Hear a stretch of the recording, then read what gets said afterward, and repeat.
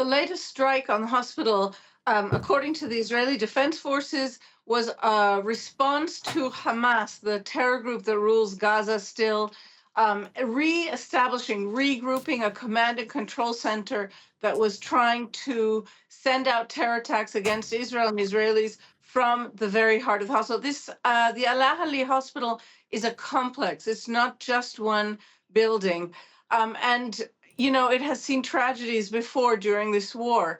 But this attack on the Al Ahli hospital is one of, I think, a non-stop series of attacks, it's fair to say, of actions, military operations by the Israeli Defense Forces all throughout Gaza, north, center, and south in the last 48 hours, in which, important to note, the Israelis have also announced that they have established a very wide security zone, basically taking over all of Rafah, the largest city in southern Gaza, going all the way down to basically the border with Egypt, in a zone from which Gazans are now prohibited entry and obviously can't return to live.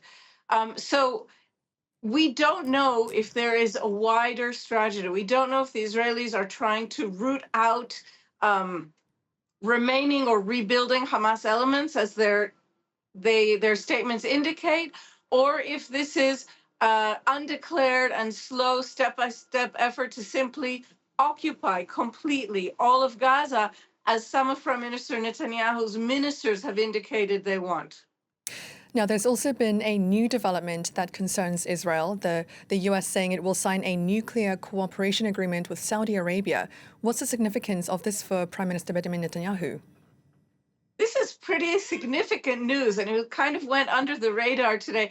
It's an interesting follow-up to the comments Jacinta was making earlier about Saudi Arabia being used by the United States and Russia as the site of their negotiations over a supposed ceasefire in Ukraine.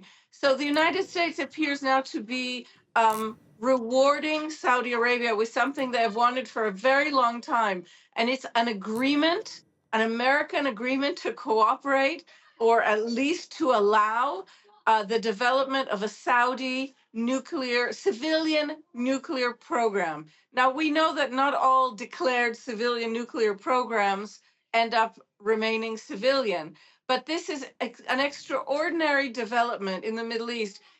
Saudi Arabia has long said that if Iran doesn't get rid entirely, dismantle its nukes, that it itself, Saudi Arabia, will get nukes. So this could be an indication of the United States going vis-a-vis Iran towards a deal that doesn't fully dismantle the Iranian nuclear project, but tries to keep it away from a weapon.